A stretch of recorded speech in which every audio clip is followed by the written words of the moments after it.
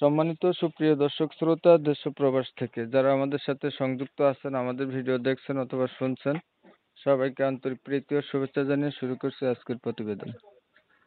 বন্ধুরা, আমার সাথে সংযুক্ত আছে সুইট একটা মেয়ে। তার জীবনের গল্প কথাগুলো আপনাদের মাঝে তুলে ধরার চেষ্টা করব।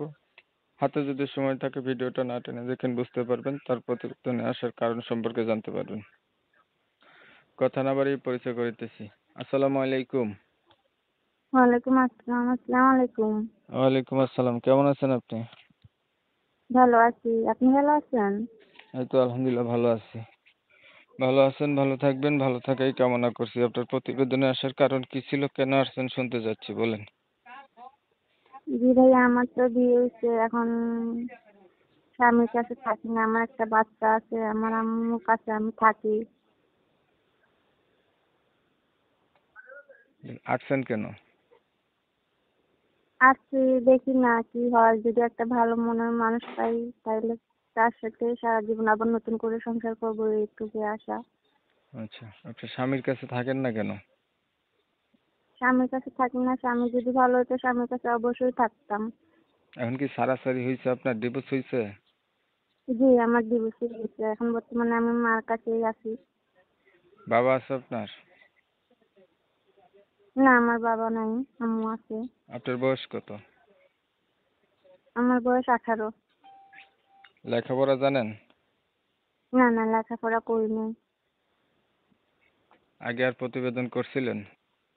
না না, এখনই আইলাম প্রতিবেদনে। আমি আগে করা হয় নাই। এখন আপনি হচ্ছেন বিবাহিত মানুষ, ডিভোর্সি। আপনাকে কেউ যদি বিয়ে শাদী করতে চায়, তারাও আপনার মতো মানে বিয়ে করছে, বউ নাই, বউ মারা গেছে বা বউ ছেড়ে দিছে, অথবা বয়স্ক কোনো লোক, এমন লোকেরাই আপনার কাছে ফোন দেবে বা বিয়ে শাদী করতে চাবে। আপনি কি রাজি আছেন? জি, আমি রাজি আছি।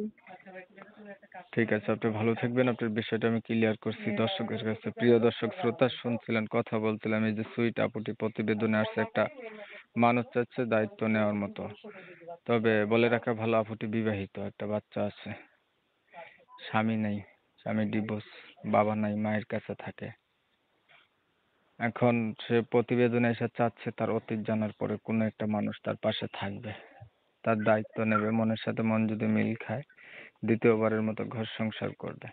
ইউটিউব কমিউনিটি গাইডলাইনের কারণে এই আপুটার নাম ঠিকানা আপনাদের মাঝে নিতে পারি নাই, আন্তরিকভাবে দুঃখ প্রকাশ করছি। যারা হচ্ছে এই আপুর সাথে যোগাযোগ করতে চান, আপুর নাম ঠিকানা জানতে চান, সরাসরি তার নাম্বারে ফোন দিবেন, আপনারা জানতে পারবেন। অনেক সময় নিয়ে আপনাদের মূল্যবান সময় নষ্ট করে ধৈর্য ধরে আমার সাথে থেকে চ্যানেলের ভিডিও দেখছেন। ধন্যবাদ সবাইকে। সবাই ভালো থাকবেন, সুস্থ থাকবেন। আল্লাহ হাফেজ।